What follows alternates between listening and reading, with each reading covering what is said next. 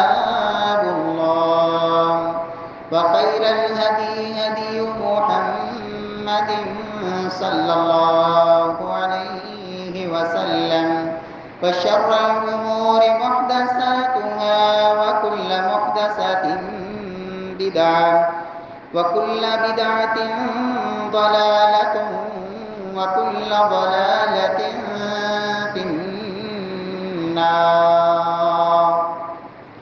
اللهم صل على محمد وعلى آل محمد كما صليت على إبراهيم وعلى آل إبراهيم إنك حميد مجيد. اللهم بارك على محمد وعلى آل محمد كما باركت على إبراهيم وعلى آل إبراهيم إنك حميد مجيد. اللهم انفعنا بما علمتنا وعلمنا ما ينفعنا وزدنا علما. رب اشرح لي صدري ويسر لي أمري واحلل عقدة من لساني يفقهوا قولي. أعوذ بالله السميع العليم من الشيطان الرجيم من همزه ونفخه ونفسه. بسم الله الرحمن الرحيم. وسارعوا إلى مغفرة من ربكم وجنة أرضها السماوات والأرض أعدت للمتقين الذين ينفقون في السراء والضراء والكاظمين الغيظ والعافين عن الناس والله يحب المحسنين. وقال الله سبحانه وتعالى في مقام آخر والذين يجتنبون كبائر الإثم والفواحش وإذا ما غضبوا هم يغفرون.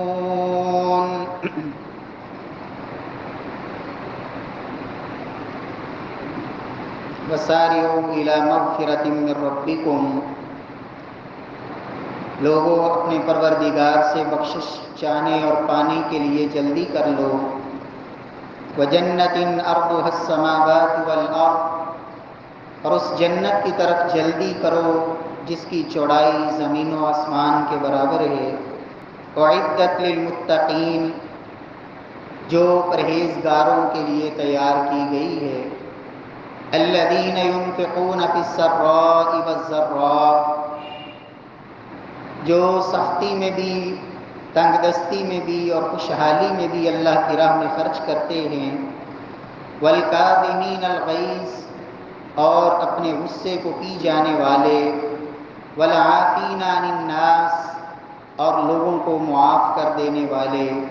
واللہ یحب المحسنین، اور اللہ رب العزت احسان کرنے والوں سے محبت کرتے ہیں. معزز سامعین کرام، محترم بھائیوں، بزرگوں، دوستوں، دین اسلام ایک ایسا مذہب ہے جو لوگوں کے لیے امن اور سلامتی کی راہیں کھولتا ہے. یہی وجہ ہے کہ اسلام نے ہر اس وصف اور خوبی کی تعریف کی کہ جس سے لوگوں کے اندر امن قائم رہے، لوگ امن اور سکون کی زندگی جیتے رہیں۔ قرآن اور حدیث میں اگر انسان نظر ڈالے تو سمجھ آتی ہے کہ وہ تمام اوصاف جس سے معاشرے میں امن قائم ہوتا ہے، اسلام نے اس کی مدح کی ہے، تعریف کی ہے، اور کلمہ پڑھنے والوں کو اس بات کی ترغیب دلائی ہے کہ اپنے اندر یہ اوصاف پیدا کریں، ان خوبیوں کو اپنی زندگی کا حصہ بنائیں اور اس کے مطابق زندگی گزاریں تاکہ لوگوں کے اندر امن رہے، لوگ سکون کی زندگی جیتے رہیں۔ نبی کائنات صلی اللہ علیہ وسلم کی تعلیمات سے معاف کر دینا، نرمی اختیار کرنا، برداشت کرنا، حوصلہ اختیار کرنا، یہ وہ اوصاف ہیں کہ رسول اللہ صلی اللہ علیہ وسلم نے ان کی تعریف فرمائی۔ کسی کے اوپر احسان کرنا، صبر کرنا، شکر کرنا، اس طرح کی تمام اوصاف ان کی اسلام نے بڑی خوب مدح کی، تعریف کی، اور ایسا کرنے والوں کو اللہ رب العزت کا محبوب اور رب العالمین کا پسندیدہ انسان قرار دیا ہے۔ لیکن اس کے مقابلے میں وہ اعمال، وہ کام اور وہ چیزیں جس سے معاشرے کے حسن کے اندر تباہی آتی ہے، معاشرے کے اندر بگاڑ پیدا ہوتا ہے، لوگوں کے اندر امن اور سکون کی زندگی تباہ ہوتی ہے، ایسی تمام چیزوں کی اسلام نے مذمت کی ہے، ان سے نفرت دلائی، اور اسلام قبول کرنے والے، اللہ پر ایمان رکھنے والے ان لوگوں کو ایسی چیزوں سے اجتناب کا حکم دیا، بچنے کا حکم دیا۔ اسلام نے جھوٹ بولنا، غیبت کرنا، چغلی کرنا، لڑائی جھگڑا کرنا، قتل و غارت کرنا، ظلم کرنا، زیادتی کرنا، کسی کا حق چھین لینا، پیارے بھائیو غصہ، ایسی تمام چیزیں اسلام نے ان کی مذمت کی۔ کیوں؟ یہ ساری چیزیں معاشرے کے امن کو تباہ کرتی ہیں، لوگوں کی سکون کی زندگی اسے بدسکونی اور بے سکونی میں تبدیل کرتی ہیں۔ قرآن مجید میں اللہ سبحانہ و تعالی نے سورہ آل عمران کی آیت کے اندر اپنے وہ محبوب بندے جن کے لیے اللہ سبحانہ و تعالی نے جنت تیار کی، اور وہ خوبصورت جنت جس کی چوڑائی کا تذکرہ کیا، فرمایا زمین و آسمان کی وسعتیں جو تمہیں نظر آتی ہے، اللہ سبحانہ و تعالی نے وہ جنت ایسے لوگوں کے لیے تیار کی ہے جو لوگوں کے دکھ بانٹنے والے، تنگ حالی ہو یا خوشحالی ہو، حالات جس طرح کے بھی ہوں، وہ لوگوں کی ضروریات پوری کرنے کے لیے فکر مند رہتے ہیں، اللہ کی رضا کے لیے لوگوں پہ خرچ کرتے ہیں، اور اگر کسی پہ غصہ آ جائے اپنے آپ سے باہر نہیں ہو جاتے، اپنے غصے پہ قابو پانے والے، غصے کو پی جانے والے، لوگوں کو معاف کر دینے والے، احسان کرنے والے، صرف عدل میں زندگی گزارنے والے نہیں، ظلم پہ جانا تو دور کی بات ہے، بلکہ وہ عدل سے بھی اگلا درجہ احسان کے درجے پہ جا کے لوگوں کے اوپر احسان کر کے اپنے رب کو راضی کرتے ہیں، ایسی خوبصورت زندگی گزار کے دنیا سے جاتے ہیں۔ اور قرآن مجید میں اللہ سبحانہ و تعالی نے دوسری جگہ پہ ایسے بندے جو رب کے محبوب ہیں، جو جہنم سے بچیں گے، جو اللہ کی جنت کے حقدار ہیں، والذین یجتنبون کبائر الاثم والفواحش واذا ما غضبوا هم یغفرون، فرمایا وہ اللہ کے بندے وہ ہوتے ہیں جو تمام کبیرہ گناہوں سے اپنے آپ کو بچاتے ہیں، کبیرہ گناہ وہ جرائم ان سے اپنے آپ کو بچاتے ہیں، اور بے حیائی کے تمام کام جس کے اندر حیا نہیں رہتی، حیا باقی نہیں رہتی، حیا کی دھجیاں اڑتی ہیں، ایسے تمام کاموں سے اپنے آپ کو بچاتے ہیں۔ وَإِذَا مَا غَضِبُوا هُمْ يَغْفِرُونَ، اور اگر انہیں غصہ آئے تو وہ لوگوں کو معاف کر دیتے ہیں۔ پیارے بھائیوں، آج کے اس خطبہ جمعۃ المبارک میں ایک ایسی برائی جس کی جڑیں اسلام سے قبل جاہلیت کے اندر بڑی مضبوط تھی، معمولی سی بات پہ لڑائی شروع ہو جانے، قتل و غارت تک نوبت پہنچنی اور غصے ہو جانا، نبی کائنات صلی اللہ علیہ وسلم کی آمد سے قبل وہ جاہلی معاشرہ، اس کے اندر اس طرح کی برائیاں تھیں۔ گھوڑا دوڑاتے دوڑاتے ایک کا گھوڑا دوسرے سے آگے نکل گیا، اس پہ لڑائی شروع ہوئی، غصے سے آغاز ہوا اور 40 سال تک وہ لڑائی جاری رہتی، کتنی نسلیں اور کتنے لوگ قتل ہو جاتے، لیکن وہ لڑائی ختم نہ ہوتی۔ پانی نکالنا ہے کنویں سے، اپنی باری آ گئی، دوسرے نے اگر پہلے ڈول کھینچ لیا، اس پہ لڑائی شروع ہو گئی۔ اور میرے پیارے بھائیوں، آج ہم لوگ جناب محمد مصطفیٰ صلی اللہ علیہ وسلم کی امتی، آپ دیکھتے ہیں پبلک مقامات پہ معمولی باتوں پہ، معمولی سی بات ہے اور لڑائی شروع ہو گئی، غصہ تو تکار سے آغاز ہوا اور گولی اور فائرنگ اور قتل تک نوبت جا پہنچی۔ میرے پیارے بھائیوں، نبی کائنات صلی اللہ علیہ وسلم کی تعلیمات یہ نہیں ہے، اللہ کے رسول صلی اللہ علیہ وسلم کی تعلیمات سے سمجھ یہ آتی ہے کہ غصہ اور نشہ یہ دو ایسی چیزیں ہیں جو تمام برائیوں کی جڑ ہیں، جس سے انسان شیطان کے مکمل طور پہ نرکے میں ہوتا ہے، قابو میں ہوتا ہے۔ اس حالت میں شیطان اس سے جو چاہتا ہے کرواتا ہے۔ نشے کی حالت میں انسان کو کوئی پتہ نہیں ہوتا وہ کیا کر رہا ہے، کیا کہہ رہا ہے، کیا قدم اٹھا رہا ہے۔ اسی وجہ سے شراب کو جماع الاسم قرار دیا گیا، تمام گناہوں کی جڑ اس شراب اور نشے کو قرار دیا گیا۔ اور اسی طرح اس کے مقابلے میں دوسرا جرم جس وقت شیطان انسان کے اوپر حاوی ہوتا ہے، قابو پاتا ہے، وہ ہے غصے کی کیفیت۔ انسان جب غصے کی شدید غصے کی حالت میں ہوتا ہے، اسے نہیں خبر ہوتی کیا کہہ دیا، کیا کر لیا، کیا قدم اٹھا بیٹھا۔ اسی لیے اللہ کے رسول صلی اللہ علیہ وسلم کے ایک صحابی کہتے ہیں، یا رسول اللہ صلی اللہ علیہ وسلم اوصینی، اے اللہ کے محبوب صلی اللہ علیہ وسلم مجھے کوئی نصیحت فرمائیے۔ رسول اللہ صلی اللہ علیہ وسلم فرماتے ہیں، لا تغضب، میرے صحابی غصہ نہ کریں، بلا وجہ غصے میں نہ آئیں، ایسی ہی معمولی بات پہ غصے میں نہ آ جائیں، لا تغضب۔ صحابی کہتے ہیں ففکرت حین قال النبی صلی اللہ علیہ وسلم، کہتے ہیں میں نے اللہ کے رسول کے اس کلمے پہ غور کیا کہ اللہ کے رسول صلی اللہ علیہ وسلم نے اتنی مختصر سی مجھے نصیحت کیوں فرمائی ہے کہ آپ نے فرمایا لا تغضب، غصہ نہ کر۔ کہتے میں نے اس کلمے پہ غور کیا، فرماتے ہیں مجھے سمجھ آئی فَإِذَا الْغَضَبُ يَجْمَعُ الشَّرَّ كُلَّهُ، مجھے یہ سمجھ آئی کہ غصہ یہ تمام برائیوں کو اپنے اندر لیے ہوئے ہے، غصہ یہ تمام برائیوں کی اصل بنیاد اور جڑ ہے۔ گویا کہ محبوب کبریا جناب محمد مصطفیٰ صلی اللہ علیہ وسلم نے اس ایک کلمے کے اندر، اس ایک جملے کے اندر اتنی جامعیت کہ سمندر کو کوزے میں بند کر دیا۔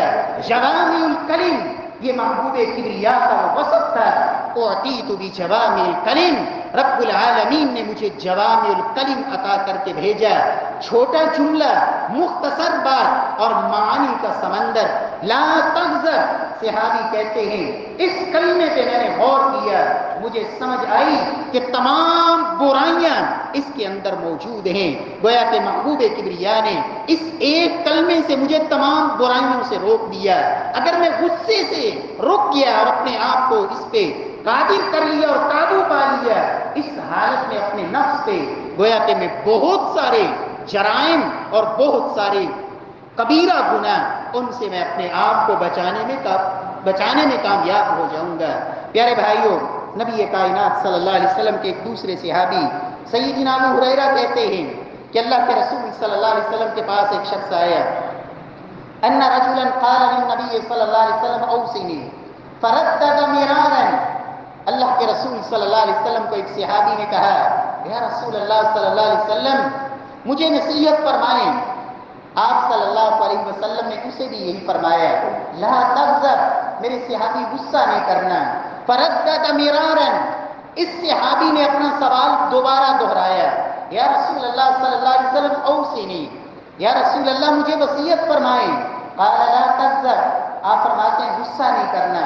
وہ پھر سوال کرتے ہیں اوصنی، راوی کہتے ہیں فردد مرارا، وہ بار بار سوال کرتا گیا اور محبوب کبریا ایک ہی جواب دیتے گئے، لا تغضب لا تغضب لا تغضب، غصہ نہیں کرنا غصہ نہیں کرنا غصہ نہیں کرنا۔ میرے پیارے بھائیوں، رب العالمین ہم سب کو بھی توفیق بخشے، اپنے غصے پہ قابو پائیں۔ آج مسلمان ہو، اللہ پہ یقین کرنے والا ہو، مسلمان کلمہ پڑھنے والا، اور میرے پیارے بھائیوں یہ اس طرح کی بیماریاں، آج سبب یہی ہے ہم نے اسلامی تعلیمات کو پیچھے کر دیا، اپنے نفس کو آگے کیا، اپنی میں کو آگے کیا، اپنے نفس کو اس قدر اونچا کر دیا، غصہ آیا نہیں اور پھر اپنے آپ سے باہر پھر کیا بول رہا ہے، کیا کہہ رہا ہے، کوئی خبر نہیں۔ حالانکہ زبان سے نکلا ہوا ایک ایک کلمہ وہ بڑا اہم ہے، تیری نظر میں ممکن ہے اس کلمے کی کوئی حیثیت نہ ہو، لیکن وہ زبان سے نکلا ہوا بول، ما یلفظ من قول الا لدیہ رقیب عتید، رب نے تو مقرر کیے ہیں فرشتے، نگران لگائے ہوئے، ڈیوٹیاں لگی ہوئی ہیں، ایک ایک بول لکھا جاتا ہے، نوٹ کیا جاتا ہے، کس حالت کس کیفیت میں نکلا۔ پیارے بھائیوں، نبی کائنات صلی اللہ علیہ وسلم نے بہترین انسان کی پہچان بتائی، فرمایا بہترین انسان کون ہے؟ لوگوں میں سب سے بہتر انسان ابو ہریرہ رضی اللہ تعالیٰ عنہ کہتے ہیں، جامع ترمذی کی روایت، کائنات کے امام فرماتے ہیں، میرے صحابہ الا وخیرہم، میں تمہیں بتاتا ہوں سب سے لوگوں میں بہتر کون ہے۔ خیر اس میں تفصیل، اخیر تناننے، لوگوں میں سب سے بہترین انسان فرمایا وہ ہوتا ہے بطیء الغضب سریع الفی، فرمایا جس بندے کو غصہ دیر سے آتا ہے، معمولی سی بات پہ جلدی غصہ نہیں آتا ہے، فرمایا بطیء الغضب، غصہ بہت دیر سے آتا ہے، اور سریع الفی، اور اگر غصہ آ جائے تو وہ بڑی جلدی ختم ہو جاتا ہے۔ فرمایا یہ لوگوں میں بہترین انسان ہے، غصہ آ گیا اور آیا بھی دیر سے لیکن غصہ جلدی ختم ہو گیا، فرمایا یہ لوگوں میں بہترین لوگ ہوتے ہیں۔ الا وشرہم، فرمایا لوگوں میں سب سے برے لوگ کون ہوتے ہیں؟ فرمایا سریع الغضب بطیء الفی، جن کو غصہ بڑی جلدی آتا ہے، ایک کلمہ سنا اور بس اختیار ختم، نفس پہ قابو نہ رہا، بڑی جلدی غصے ہو گئے، فرمایا سریع الفی سریع الغضب، بڑی جلدی غصے ہونے والے، اور بطیء الفی، اور اگر غصہ آ جائے پھر جاتا ہی نہیں۔ جس پہ غصہ آیا، غلطی ہو گئی بیچارے سے، وہ معافیہ مانگ رہا ہے، وہ بہت ترلے کر رہا ہے، لیکن ان کا غصہ دور ہی نہیں ہو رہا، غصہ ہے اور بڑھتا ہی جا رہا ہے۔ میرے پیارے بھائیوں، نبی کائنات صلی اللہ علیہ وسلم فرماتے ہیں برے لوگ یہ ہوتے ہیں، الا وان الغضب جمرۃ فی قلب ابن آدم، فرمایا لوگوں خبردار، یہ غصہ ابن آدم کے دل میں آگ کا انگارہ ہوتا ہے، جمرۃ، آگ کا انگارہ، ابن آدم کے دل میں جب یہ آگ بھڑکتی ہے، فرمایا پھر شیطان حاوی ہوتا ہے، پھر شیطان قابو کرتا ہے اسے، اور یہ انسان گویا کہ اپنے شیطان کو بھی خوش کر رہا ہے اور دوسرے کے شیطان کو بھی راضی کر رہا ہے۔ نبی کائنات صلی اللہ علیہ وسلم فرماتے ہیں لیکن جو شخص غصے پہ قابو پا لے، اس نے گویا کہ اپنا شیطان جو اس کے ساتھ مقرر ہے، جو اسے برائی پہ اکساتا ہے اور برائی پہ ابھارتا ہے، جب یہ غصے پہ قابو پا لے، اس نے نہ صرف اپنے شیطان پہ قابو پایا بلکہ جو مد مقابل تھا اس کے شیطان کو بھی اس نے خوش نہیں ہونے دیا، اس کے شیطان کو بھی اس نے پریشانی میں ڈالا اور اس پر بھی قابو پا لیا۔ اس نے اپنے غصے پہ قابو پا کے دو شیطانوں پہ اس نے اپنے آپ کو ان کے اوپر حاوی کیا اور ان دونوں کے اوپر یہ غالب آیا۔ رب العالمین ہم سب کو بھی یہ توفیق نصیب فرمائے۔ میرے پیارے بھائیوں، یہ انسان کے اندر طبعی طور پر یہ چیز موجود ہے، یہ انسان کوئی نہیں کہہ سکتا کہ غصہ آئے ہی نہ، یہ فطرت ہے انسان کی، لیکن محبوب کبریا صلی اللہ علیہ وسلم نے کیا فرمایا؟ اللہ کے رسول صلی اللہ علیہ وسلم نے فرمایا میرے صحابہ الا ادلکم علی من هو اشد من، نبی کائنات صلی اللہ علیہ وسلم نے دو آدمیوں کو دیکھا جو آپس میں پہلوانوں کی طرح کشتی کی کیفیت، اور ایک نے دوسرے کو گرا دیا۔ فرمایا میرے صحابہ تم طاقتور اس کو کہتے ہو جو مد مقابل پہ غالب آ جائے، اسے گرا دے۔ لیس الشدید بالسرعہ انما الشدید الذی یملک نفسہ عند الغضب۔ کائنات کے امام فرماتے ہیں حقیقی پہلوان، اصل طاقتور انسان، فرمایا وہ نہیں ہوتا جو مقابلے کے اندر مد مقابل کو گرا دے، فرمایا بلکہ حقیقی پہلوان، اصل پہلوان، اللہ کی نظر میں اصل طاقتور انسان اور اللہ کے محبوب جناب محمد مصطفیٰ صلی اللہ علیہ وسلم ان کی نظر میں بہترین اور سب سے طاقتور انسان، فرمایا الذی یملک نفسہ عند الغضب، فرمایا جو غصے کے وقت اپنے نفس پہ قابو پا لے، یہ ہے اصل طاقتور انسان۔ رب العالمین ہمیں ایسی طاقت اور ایسی قوت اللہ نصیب فرمائے۔ پیارے بھائیوں، نبی کائنات صلی اللہ علیہ وسلم نے جب ایک شخص کو دیکھا دوسرے سے لڑ رہے ہیں غصے سے، اور چہرہ پھولا ہوا، رنگ بدلا ہوا، نبی کائنات صلی اللہ علیہ وسلم فرماتے ہیں مجھے ایک کلمے کا پتہ ہے، اگر اس حالت میں یہ شخص یہ کلمہ کہہ دے اس کا غصہ دور ہو جائے گا۔ اور وہ کلمہ کیا ہے؟ اعوذ باللہ من الشیطان الرجیم، اعوذ باللہ من الشیطان الرجیم۔ علاج بتایا نبی کائنات صلی اللہ علیہ وسلم نے، پہلا علاج یہ بتایا کہ جب انسان کو غصہ آئے تو شیطان کو اپنے اوپر حاوی نہ ہونے دے، فوراً پناہ مانگے، اس لیے کہ انسان کمزور ہے، دشمن طاقتور ہے، اور اس طاقتور دشمن کا مقابلہ اللہ رب العزت کی پناہ میں آ کے اپنے آپ کو اپنے رب کے حوالے کر کے، اے اللہ میں تو کمزور ہوں، میرا دشمن طاقتور ہے، اس دشمن کے مقابلے میں اے اللہ میں تیری مدد چاہتا ہوں، کہیں یہ دشمن اس موقع پہ میرے اوپر ایسا وار نہ کر دے کہ میری دنیا آخرت برباد ہو جائے۔ اعوذ باللہ من الشیطان الرجیم۔ اس موقع پہ نبی کائنات صلی اللہ علیہ وسلم نے یہ کلمہ سکھایا۔ میرے پیارے بھائیوں، نبی کائنات صلی اللہ علیہ وسلم سے ایک صحابی سوال کرتے ہیں یا رسول اللہ صلی اللہ علیہ وسلم مجھے زندگی گزارنے کا کوئی بہترین اصول بتائیے، زندگی گزارنے کا بہترین قاعدہ اور ضابطہ بتائیے۔ اور اللہ کے محبوب صلی اللہ علیہ وسلم بات لمبی نہ کرنا، کہیں ایسا نہ ہو میں یاد نہ رکھ سکوں، مختصر بات کرنا۔ نبی کائنات صلی اللہ علیہ وسلم نے کیا فرمایا؟ ان رجلا قال للنبي صلی اللہ علیہ وسلم اخبرنی بکلمات اعیش بہن ولا تقصر علی فانسى۔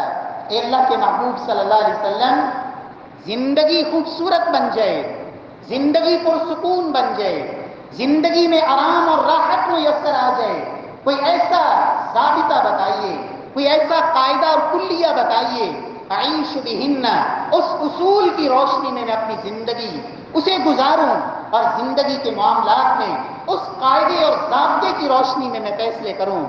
یا رسول اللہ صلی اللہ علیہ وسلم ولا تقصر علی فانسى۔ یا رسول اللہ صلی اللہ علیہ وسلم زیادہ لمبی بات نہ بتانا، اس لیے کہ فانسى میں بھول جاتا ہوں۔ پیارے پیغمبر صلی اللہ علیہ وسلم نے کیا فرمایا؟ اجتنب الغضب، میرے صحابی غصے سے بچ کے رہنا۔ راوی کہتے ہیں ثم اعاد، اس نے پھر سوال دہرایا، یا رسول اللہ صلی اللہ علیہ وسلم یہ تو بڑی چھوٹی بات ہے۔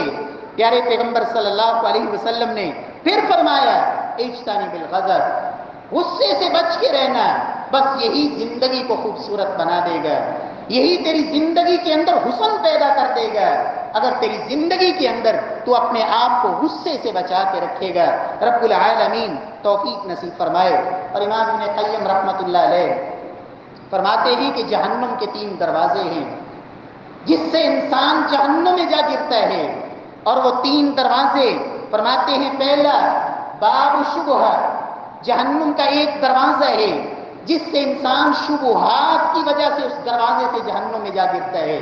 انسان یقین کی زندگی سے نکل کر شبہات میں مبتلا ہو جائے، اللہ رب العزت کی ذات کے بارے میں شبہ، نبی کائنات صلی اللہ علیہ وسلم کی ذات کے بارے میں، دین اسلام کی حقانیت کے بارے میں جنت جہنم کے بارے میں مختلف قسم کے شبہات، دل کے اندر وہ وسوسے اور ان بے دین اور ملحد قسم کے لوگوں کی باتیں سن کے پڑھ کے اور ان کے ساتھ اٹھنا بیٹھنا اور ان کی صحبت اختیار کر کے دین کے متعلق اور اللہ رب العزت کی ذات کے متعلق شبہات کا شکار ہو جانا اور ان شبہات کے علاج کے لیے ماہر اور محقق اور صحیح قسم کے قرآن و سنت کا فہم رکھنے والے علماء کی طرف رجوع نہ کرنا، ان کے سامنے آ کے اپنے ان شبہات کا علاج نہ کروانا، فرماتے ہیں یہ وہ ایک جرم ہے، یہ وہ ایک دروازہ ہے جس سے انسان جہنم میں جا گرتا ہے۔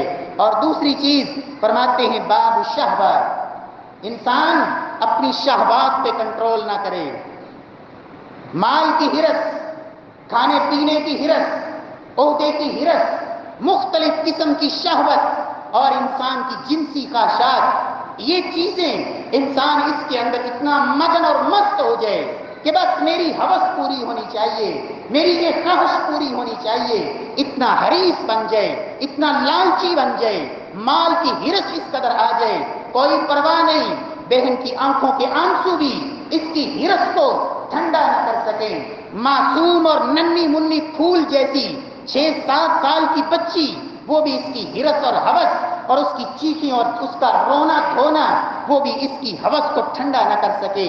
فرماتے ہیں یہ شہوت، یہ جب انسان کے اندر آتی ہے اور انسان کے اوپر یہ غالب ہو جاتی ہے، یہ بھی جہنم کا دروازہ ہے جس سے انسان اللہ کے عذاب کو دعوت دیتا ہے اور جہنم کے اندر انسان جا گرتا ہے۔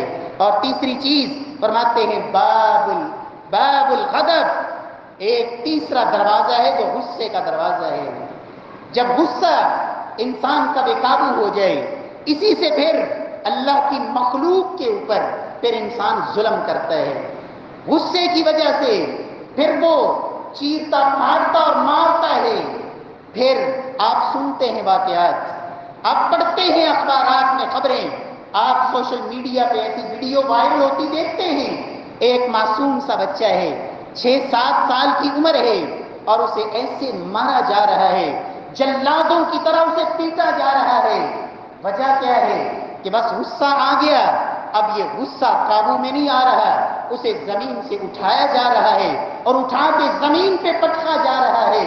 وہ معصوم سی گھر کی ملازمہ، وہ ڈاکٹر صاحب کی ملازمہ اور وہ انجینئر صاحب کی ملازمہ، وہ پروفیسر صاحب کے گھر میں وہ بیچاری برتن دھونے والی، وہ گھر کے صفائی کرنے والی، وہ تاجر صاحب کے گھر کی ملازمہ، جرم کیا ہے کہ ایک ٹچ کا گلاس اس کے ہاتھ سے چھوٹا، وہ زمین پہ گرا اور ٹوٹ گیا، اب جسم پہ نشانات ہیں، اب یہ صاحب اپنے آپ سے باہر ہیں اور اس قدر اس کے اوپر تشدد اور ظلم۔ جرم کیا ہے؟ اس بچی بیچاری نے جو اس کے بچوں کی چیز تھی، اس نے اس میں سے کوئی چیز اٹھا کے کھا لی ہے، آخر وہ بھی انسان ہے، تو نے اسے اس کا حق نہ دیا، اس نے چوری کر لی، اس کا جرم ہے۔ لیکن کیا یہ اتنا ہی جرم ہے کہ اس پہ سر پھاڑ دیا جائے؟ کیا یہ اتنا ہی جرم ہے کہ ٹانگیں توڑ دی جائیں؟ میرے پیارے بھائیوں، یہ وہ دروازہ ہے، ابن قیم رحمہ اللہ فرماتے ہیں، جو انسان کو جہنم تک پہنچا کے چھوڑتا ہے۔ اللہ رب العزت محفوظ فرمائے، اللہ رب العزت ہمیں مسلمان بننے کی توفیق نصیب فرمائے، صحیح معنوں میں اسلامی تعلیمات کو اللہ سمجھ کر اس کی روشنی میں زندگی گزارنے کی توفیق بخشے۔ انسان جب غصے میں آتا ہے وہ بھول جاتا ہے کہ آج میں اس کے اوپر قادر ہوں، جو چاہوں کر دوں، لیکن وہ بھول جاتا ہے کہ ایک قادر مطلق بھی ہے، ایک مالک الملک بھی ہے، ایک اس کی عدالت بھی ہے، اس کے سامنے پیشی بھی ہے، جزا اور سزا کا کوئی معاملہ بھی ہے۔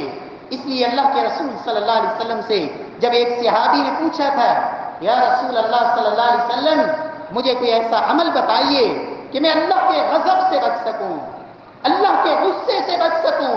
یا رسول اللہ صلی اللہ علیہ وسلم، اللہ سبحانہ و تعالی جو جبار بھی ہے، جو قہار بھی ہے، ان بطش ربک لشدید، جس کی پکڑ بڑی سخت ہے، جب وہ ناراض ہوتا ہے پھر زمین سے اٹھاتا ہے، بستی کی بستیوں کو آسمان کے قریب لے جا کے پھر الٹا کر کے زمین پہ پٹک کے اوپر سے پتھروں کی بارش بھی برساتا ہے۔ جب وہ ناراض ہوتا ہے پھر وہ زمین کو پھاڑ دیتا ہے، زمین میں بھی دھنساتا ہے۔ جب وہ ناراض ہوتا ہے پھر پانیوں کے اندر غرق بھی کرتا ہے۔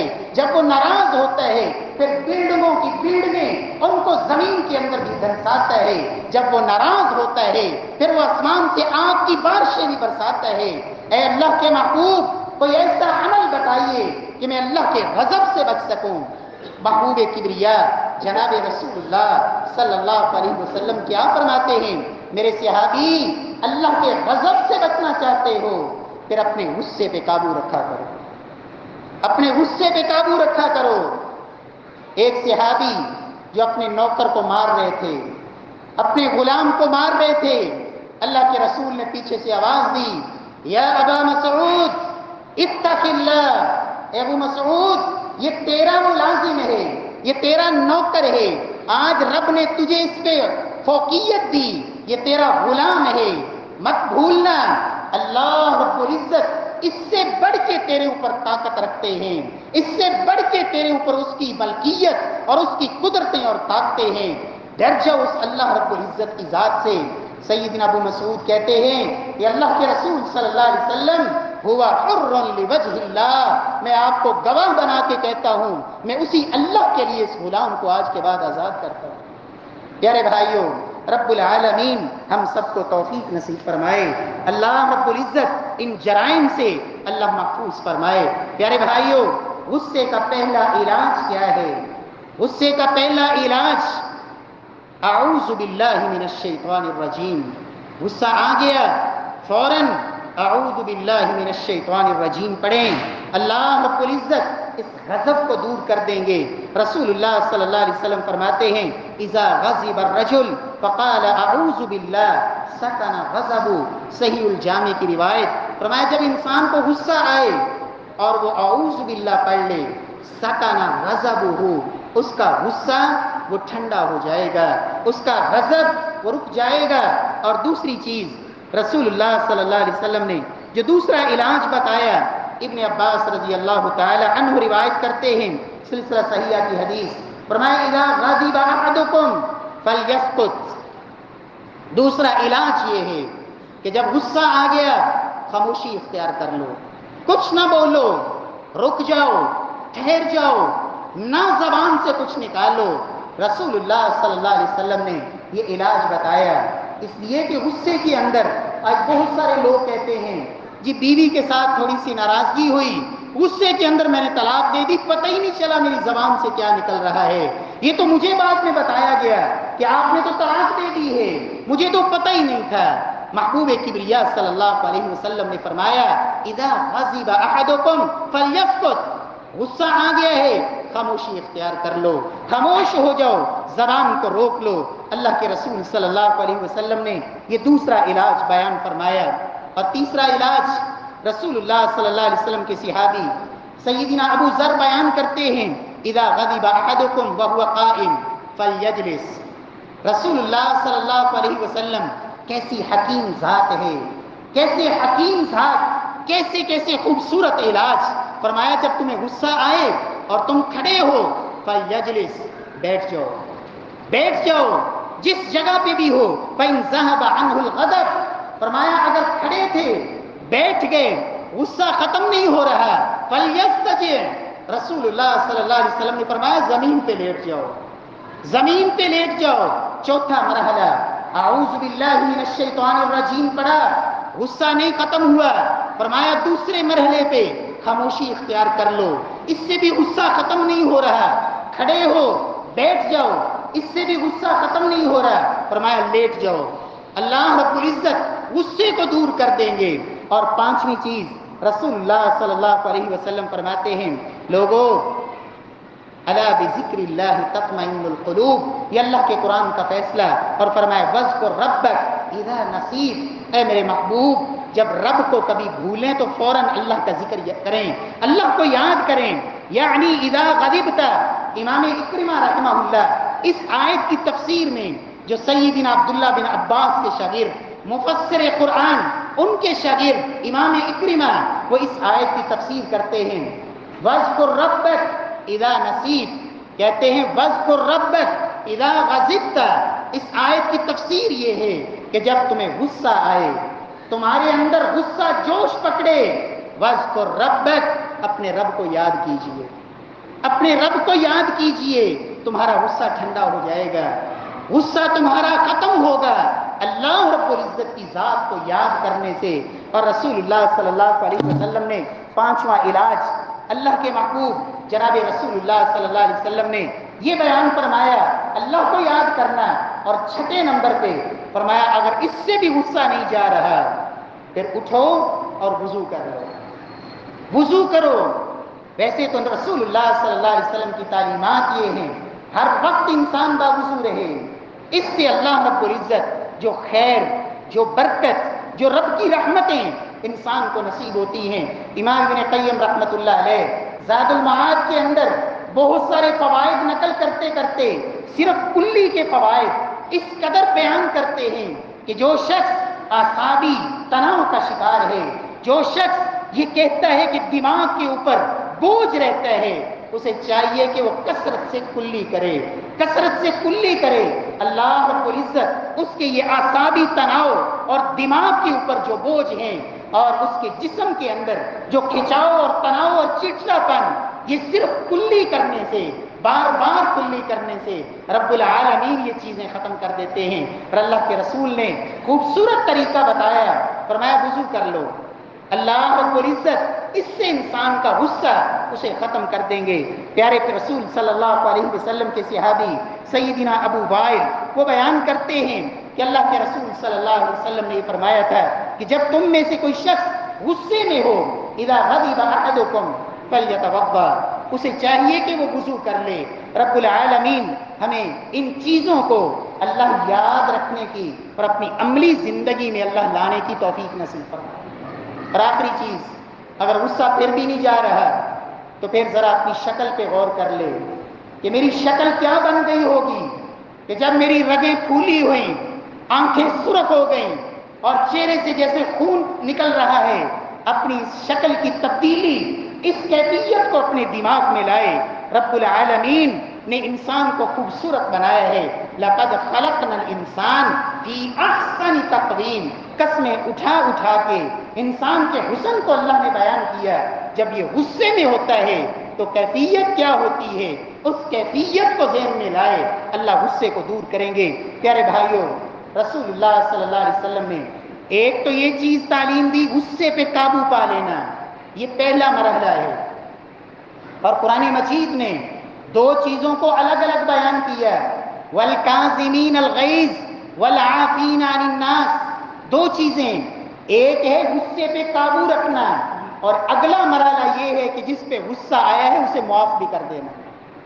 کچھ لوگ کیا کرتے ہیں، وقتی طور پہ غصہ آیا، قابو پا لیا، لیکن وہ انتقام کی آگ، وہ بدلے کی آگ، وہ دل کے اندر ایسی جگہ پکڑتی ہے، کہتا ہے جب تک تجھے اس کا مزہ نہیں چکھاؤں گا چین نہیں پاؤں گا، رات کی نیندیں اڑ جاتی ہیں۔ وقتی طور پہ تو غصے پہ قابو پا لیا، اور بس اوقات وہ غصے پہ قابو اس وجہ سے بھی ہو جاتا ہے کہ حق اختیار نہیں ہے بدلہ لینے کا، کہا جب موقع ملے گا تو تمہیں بتاؤں گا۔ قرآن کہتا ہے والعافین عن الناس، اللہ کی جنت کے حقدار جس کی چوڑائی اللہ نے زمین و آسمان کے برابر بنائی، وہ انتقام کی آگ کو دلوں میں نہیں رکھتے، والعافین عن الناس، معاف کر دیتے ہیں۔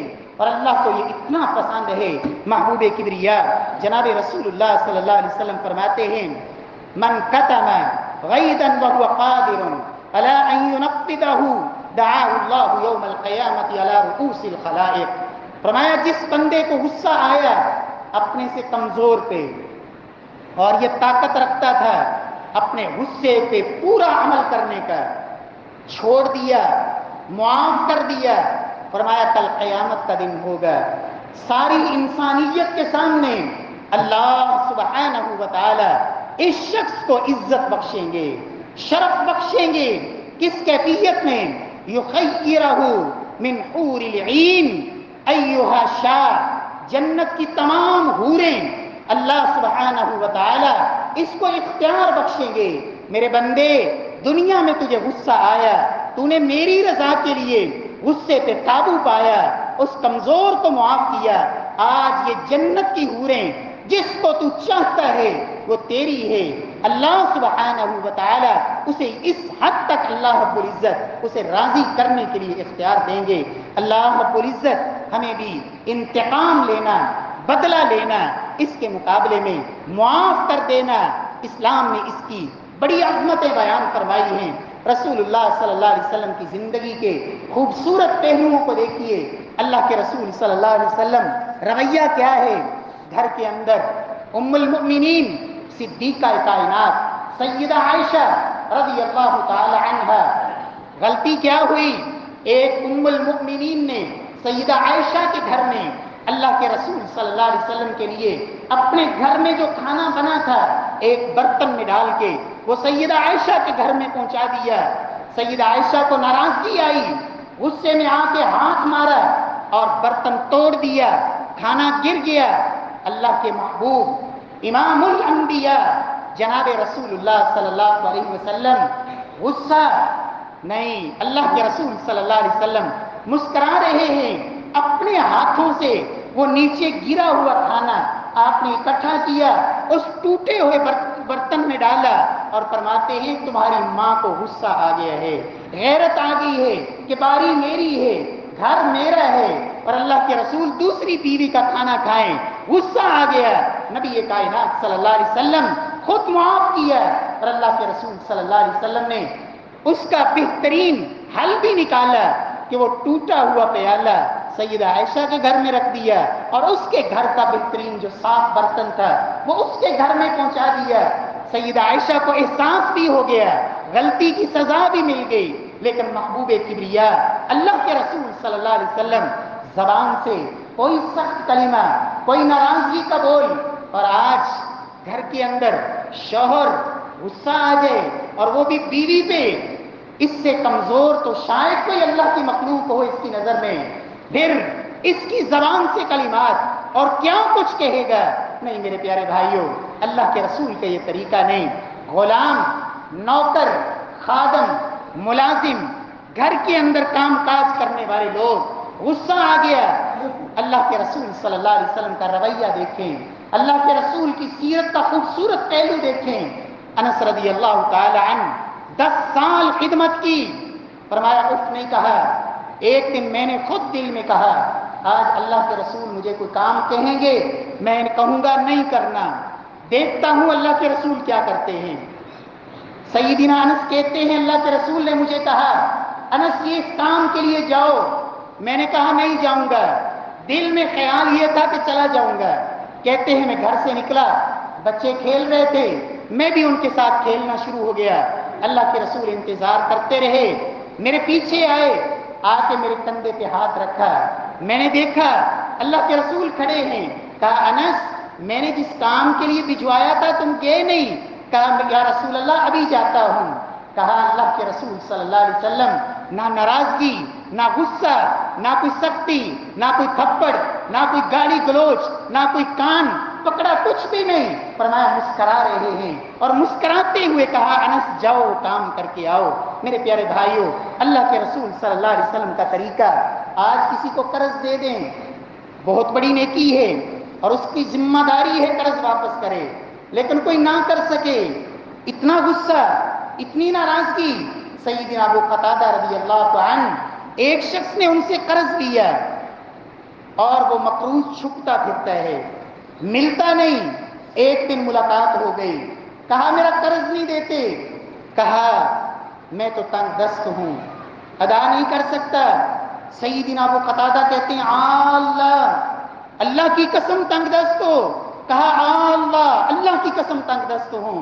کہا پھر واقعی اگر تنگ دست ہو، میں نے محبوب کبریا سے سنا تھا اللہ کے رسول نے فرمایا جس نے کسی کو قرض دیا اور وہ ادا نہیں کر پا رہا، فرمایا اس نے اسے مہلت دے دی، فرمایا یا اسے معاف ہی کر دیا، فرمایا کل قیامت کا دن ہوگا، اللہ فرمائیں گے میرے بندے تو نے دنیا میں ایک تنگ دست پہ آسانی کی تھی، آج تو میری عدالت میں مجبور کھڑا ہے، میں تجھے معاف کرتا ہوں، دنیا میں تو نے معاف کر دیا تھا، آج میں تجھے معاف کرتا ہوں۔